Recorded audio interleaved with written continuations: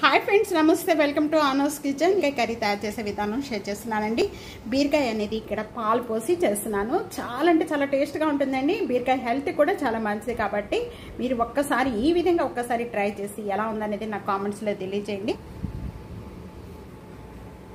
ముందుగా ఈ బీరకాయ కర్రీ తయారు చేసుకోవడానికి బీరకాయ అనేది కట్ చేసే ముందు, ఎందుకంటే బీరకాయ చేదు ఉందంటే కర్రీ అంతా కూడా పాడైపోతుంది. ఈ విధంగా మీడియం సైజుగా పైన అనేది చెక్కి తీసేసుకొని ఈ విధంగా చిన్న చిన్న మీడియం సైజుగా పీసెస్ కట్ చేసుకుంటే తొందరగా మగ్గిపోతుంది. నేను ప్యాన్ లో 2 టేబుల్ స్పూన్ ఆయిల్ యాడ్ చేస్తున్నాను. ఆయిల్ బాగా కాగిపోయిన వెంటనే ఒక ఎండుమిర్చి, 1/4 టేబుల్ స్పూన్ జీరా, 1/4 టేబుల్ స్పూన్ ఆవాలు, 1/4 టేబుల్ స్పూన్ శనగపప్పు ఇవి కూడా బాగా వేయించుకోవాలి. కరివేపాకు యాడ్ చేస్తున్నానండి. 5 లేక 6 వెల్లుల్లిపాయ రెబ్బలు, సైజు ఆనియన్, ఒక ఆనియన్స్ తొందరగా వేగిపోవడానికి 1 టేబుల్ స్పూన్ సాల్ట్ యాడ్ చేస్తాం. ఆనియన్స్ కొద్దిగా కలర్ చేంజ్ అయిపోయిన వెంటనే బీరకాయ ముక్కలన్నీ కూడా దీంట్లో మూత పెట్టేసుకొని మీడియం ఫ్లేమ్లో ఒక 3 మినిట్స్ వరకు కూడా మధ్య మధ్యలో మూత ఓపెన్ చేసి కలుపుకుంటూ ఉండండి. మధ్య మధ్యలో మూత ఓపెన్ చేసుకొని కలుపుకుంటూ ఉండండి.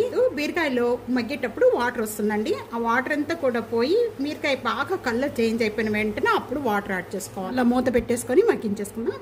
ఇప్పుడు మూత ఓపెన్ చేద్దామండి. బాగా మగ్గిపోయింది, కలర్ చేంజ్ అయిపోయింది, చూస్తున్నారు కదా. కొన్ని బీరకాయలు అయితే బాగా ముదురుగా ఉంటాయండి. ముదురుగా ఉన్నప్పుడు తొందరగా మగ్గవు. అలాంటప్పుడు మనం కొద్దిగా వాటర్ పోసుకోవాల్సి వస్తుంది. ఒక 1/2 టేబుల్ స్పూన్ బాగా మగ్గిపోయిన తర్వాత ఈ విధంగా కారము పసుపు వేసుకోవాలి. 1/2 టేబుల్ స్పూన్ కారం యాడ్ చేస్తున్నాను. బీరకాయలు వచ్చే వాటర్ అంతా కూడా బాగా మగ్గిపోయాయి. ఒక 1/2 గ్లాస్ వాటర్ యాడ్ చేస్తున్నాను. ఎంత ఇంకా బాగా మగ్గిపోతుందండి. అలా వాటర్ యాడ్ చేసుకోవడం వల్ల గ్రేవీగా కూడా ఉంటుంది. అలా మూత పెట్టేసుకొని మగ్గించేసుకుందాం.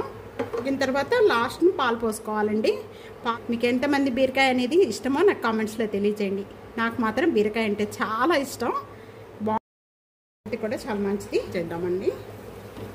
ఉడికిపోయిన వెంటనే కూడా ఇక్కడ నేను కాచి చల్లని పాలు యాడ్ చేస్తున్నాను. ఒక 1/2 గ్లాస్ యాడ్ చేసుకుంటే సరిపోతుందండి. మనం కొద్దిగా చిక్క పడిపోయిన వెంటనే కూడా ఇంకా స్టవ్ ఆన్ చేసేసుకోవచ్చు. చిన్న చిన్న పీసెస్ కట్ చేసిన నేను కొత్తిమీర యాడ్ చేస్తున్నాను. కాబట్టి బీరకాయ కర్రీ రెడీ అయిపోయింది. ఈ విధంగా ఒక్కసారి తప్పకుండా ట్రై చేయండి. ట్రై చేసి మీకు ఎలా ఉందనేది కామెంట్స్లో తెలియజేయండి.